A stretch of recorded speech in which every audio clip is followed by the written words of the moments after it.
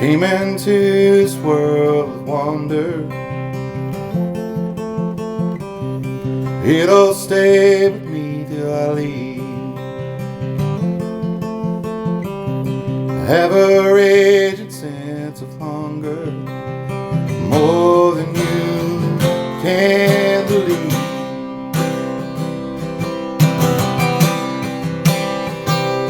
Will it stay with you, I wonder?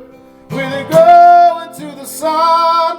I don't ever know the answer. Out here on the run, out here on the run.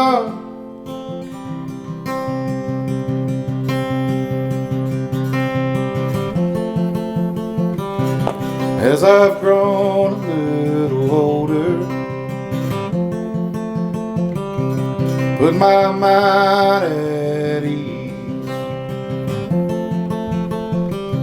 It seems as though you've grown colder, more than you will believe.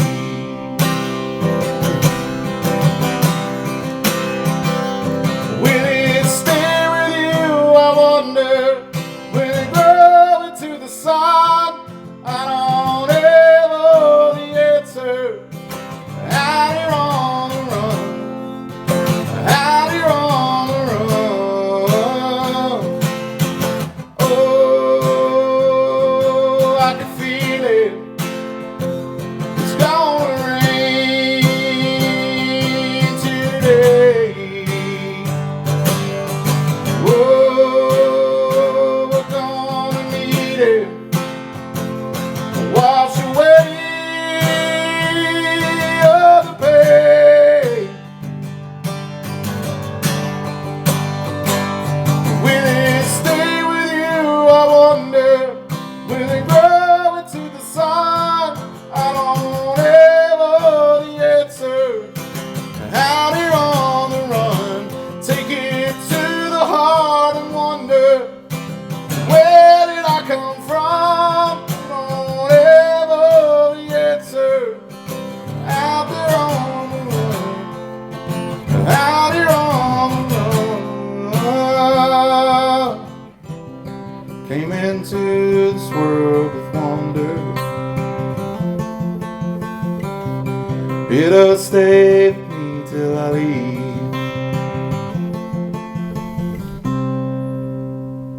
Unbelievable. Welcome to Live from the Space at 100 Taylor with one of the voices that has everybody buzzing, Eric Bolander.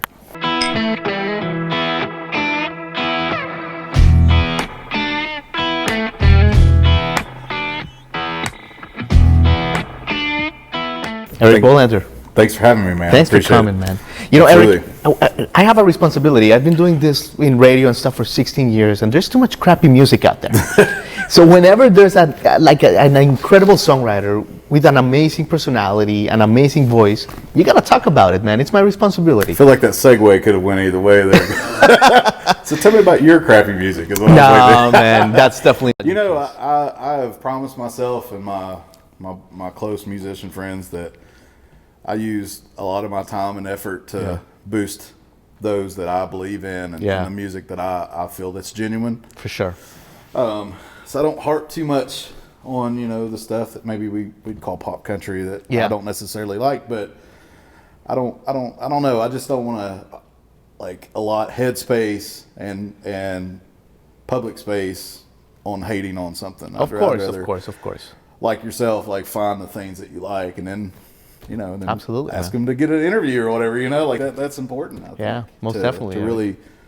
To really push the narrative toward what we as songwriters and we as like fans of certain music, roots music, I would probably say that's a big umbrella. Yeah.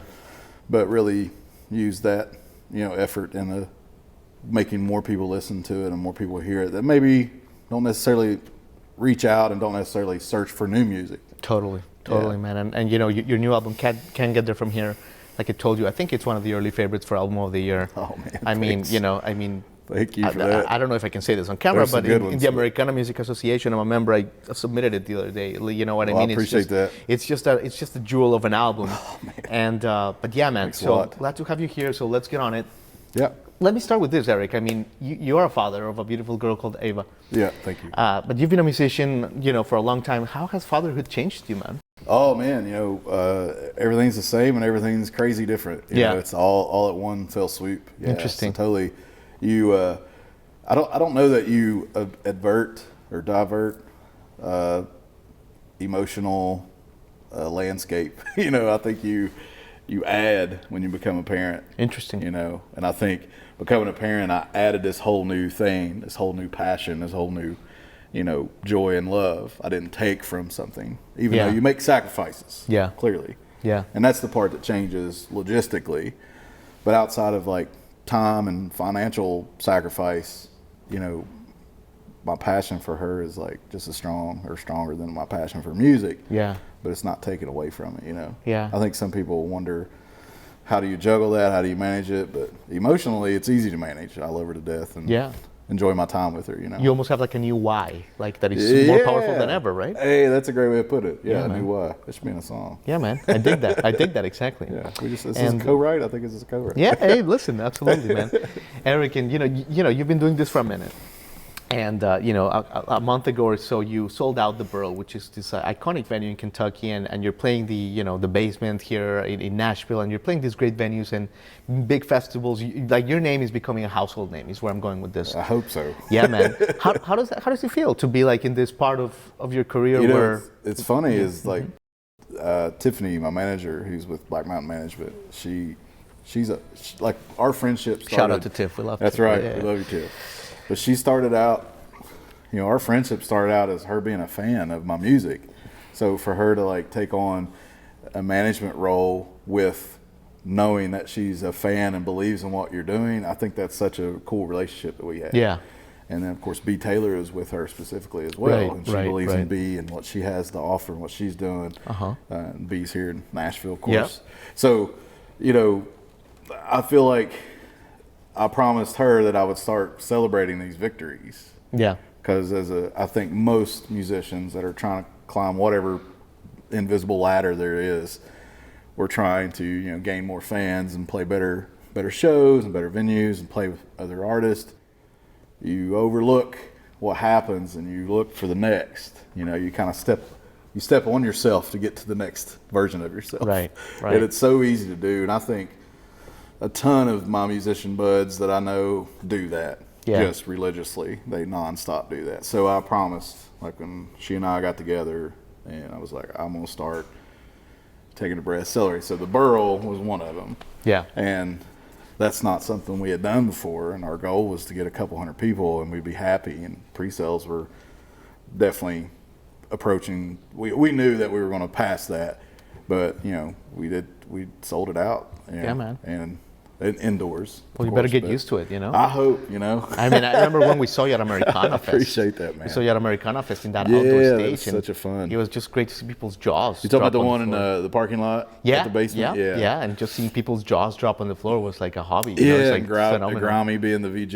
Yeah, It's so exactly, fun, exactly, yeah. exactly, man. We had a blast that day. Yeah. A lot of great talent in Kentucky. And I know Kentucky gets a lot of buzz. And I mean, there's what we have in Kentucky. I think there's pods of that all over the country and all over the world, really, I do. But I think what maybe is coming out of there now is just the fact that we try to lift each other up. Yeah. You know, I think that's just like, for example, that Kentucky takeover Americana thing we did in that parking lot of the basement. It's like this showcasing a couple, 2 or 3 like names that are, you know, some of the people played later, like Kelsey Walden. Yeah. And, like, you know, those bands and names are really getting up there, and then showcasing with, you know, folks like myself and Grayson Jenkins and a handful of others that it's like, hey, this is, you know, ran the spectrum. This is all what Kentucky has to offer too. Because, you know, Nashville obviously is just filled with amazing talent. So sometimes it's cool to be, you know, part of that from an outsider. But there is something special in the Kentucky water, Eric. I think, you mentioned there's different pockets in the country, and there are. Sure. But the Kentucky one, man, I got to tell you, I mean, friends of our show, Britt Taylor, Adam Chaffins, Yeah, Grayson they're Jenkins, amazing. Nick Jamerson, man, yourself, Kelsey Walden, like you Thank you. mentioned. I mean, there's a long list. Like, there is something special in the Kentucky water, man. I mean, I have to be biased and agree. No, it's true. It's true. I guess I don't want to sound pretentious, when I talk about my hometown, Yeah. my home state. Sure. But I do recognize it, and I get asked that just about every interview. Yeah. Honestly, Yeah. that's outside of Kentucky. Yeah. And Nashville's plenty outside enough. Yeah. It's its own hub, really. As far as music, it's even separate from the rest of Tennessee, really, in that it's this real important place for folk, country, Americana, roots music, but I do see it in the region back home. Even folks that have planted themselves down here in Nashville that have the Kentucky roots, they'll still come back up through Lexington. Oh, totally. I love going out there, Eastern man. Kentucky and stuff. Great. Yeah. And man, and folks may not know you're also an amazing artist and an art teacher. Thanks. Yeah. A wonderful art teacher. So I'm a high school art teacher. Yeah, as absolutely. well. A goddamn good one at it. I live in the right side of my brain. Yeah, man, I love it. All times. At all Creative. times. Serious question though, Eric. I mean, how do you your music career is growing exponentially, excitingly so. You're a father, and you have this art responsibility that you've had for a long time, and you love it. Yeah. But do you ever sleep? Like, how do you how do you manage your calendar nowadays, man? I always laugh when people ask me about time managing my calendar, and I always feel like I'm not productive. That's stupid, isn't it? I really, seriously, I'll watch a movie on my couch. I'm like, oh man, I could tell I've written a song by now. Like in my head, like, dude, just relax, it's fine.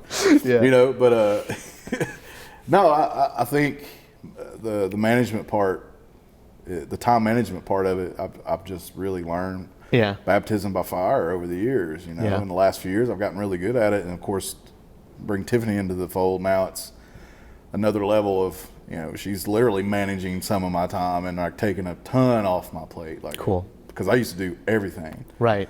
And it's That helps a lot. Oh gosh, yes. Setting things just like this and like doing the back and forth with some venues or festivals and things and then not to mention the networking that I didn't have in my pocket. Right. So, but back to like the root of your question, I think my phone calendar it's my Bible. It's your Bible. I know, right? Mean, it's just packed. I know. Packed. I'll put reminders in it as soon as I know I need to do something. Yeah. And notes. I'll put the point You put of contact. reminders like 2 hours before? Oh, I'll put reminder. Oh gosh. One day before the whole thing. Like a week before. Oh yeah. If I gotta pick up something from the grocery, I'll put it in my calendar. Yeah. Sleep. Remember to sleep. No. I need to work on that and exercise a little more. I need to chalk some of that time up. But I'm always just man. So I mean it is hard, but it's also something that if you have the drive for it, it's not hard. Yeah. I agree with that. I hear so many complaints, and like I have a ton of things I complain about. More time than not in the shadows and with friends, close friends. But at the end of the day, like you just gotta do it. Yeah. Just do. Yeah. Don't complain because such and such is gatekeeping something from you, or somebody's, climbing quicker than you. Like how? Why? Like what does it do for you to be that? On that point of like complaining, to just get out and do it. Just do it. Just do it. And I know it's hard for some people. Make friends, network. Yeah. Make allies. Yeah. Maybe they're not friends, but maybe they're people that you can work professionally with. That, if they're not just a horrible person. Yeah. Or a bigot or a whatever. Like, work with them. That's cool, man. Do the best you can, or don't burn the bridge, even though you might not go back across it. Yeah. That's kind of where. Yeah. That's where I live in my headspace for this stuff. It's like the passion will absolutely supersede the time. So Eric, I wanted to ask you, like, you're such a thoughtful guy. I wanted to ask you a question because, when you were in high school and in middle school, you were into Nirvana, you were into, like, you had like a rock face for sure. And, absolutely. And recently, Taylor Hawkins passing, right? Oof, and you were also into Prince, who also passed, like, I guess for similar reasons. So, I just figured you would be such a good conversationalist to ask about this, man, like about music. Well, Taylor being so new, that's tough. He was such an influence on so many different genres of rock, subgenres, and just he had his own thing going, and he very much could have been the lead of any kind of band, which I know he had his own project and stuff too. Yeah. And the dynamic between him and David Grohl is infectious. Yeah. As you can tell, like no one champion Taylor more than David Grohl. You know, Yeah. he's probably one of the most Yeah. famous names in rock music of today. Yeah. But and then of course Prince is an icon across genres. There's I mean, people look like me, like Prince. You know, it's like, you know, some hillbilly with tattoos. You know, it's like every type of music listener likes Prince somehow, some way, even if they don't know it. You know, they likes his influence at least. Yeah. You know, and so for when a musician, those big names, like moving on, it hits you regardless how close you felt to them or not. Yeah. It does affect you for sure. As an artist, how does that hit you? Because, you know, like, it's like, you know, they play to, you know, 80,000 people, but then, you know, they die in like a hotel room or something by themselves, man. Like, when you're an artist, man, does it like kind of like ground you a little bit and like just what matters? Sure, yeah. I mean, thinking about situations where you're like, dang, okay, I'm in, you know, even if it's personal, like personally you've been close to that kind of scenario, or you just know some folks that are like, man, you know, they're teetering on the edge, and like, I was right there with them. So am I part of this thing, or am I part of like trying to help folks that, you know, maybe need help? You know, and I'm not completely schooled on all the details, but I know it was definitely related to maybe some medications he was on. Sure. So it's like, I'm sure the bandmates are, you know, really hurting. They must be going through really hurting. Absolutely, for him and his family, and then obviously it's hard, you know, it's probably hard for them to hurt for themselves. You know, they're on the road with him, and they're it's gonna be a minute for sure. But it makes you, it does make you think about your bandmates and like the people and the health on the road, right? And the people that are around you, and it makes you really respect and like appreciate those folks. I think. Yeah. Well, Eric, you've been so generous with your time. I know you got a big show tonight in Nashville when we're recording this, man. But if you can take us away with a song, we'd be absolutely honored, brother. Right on. Yeah, man.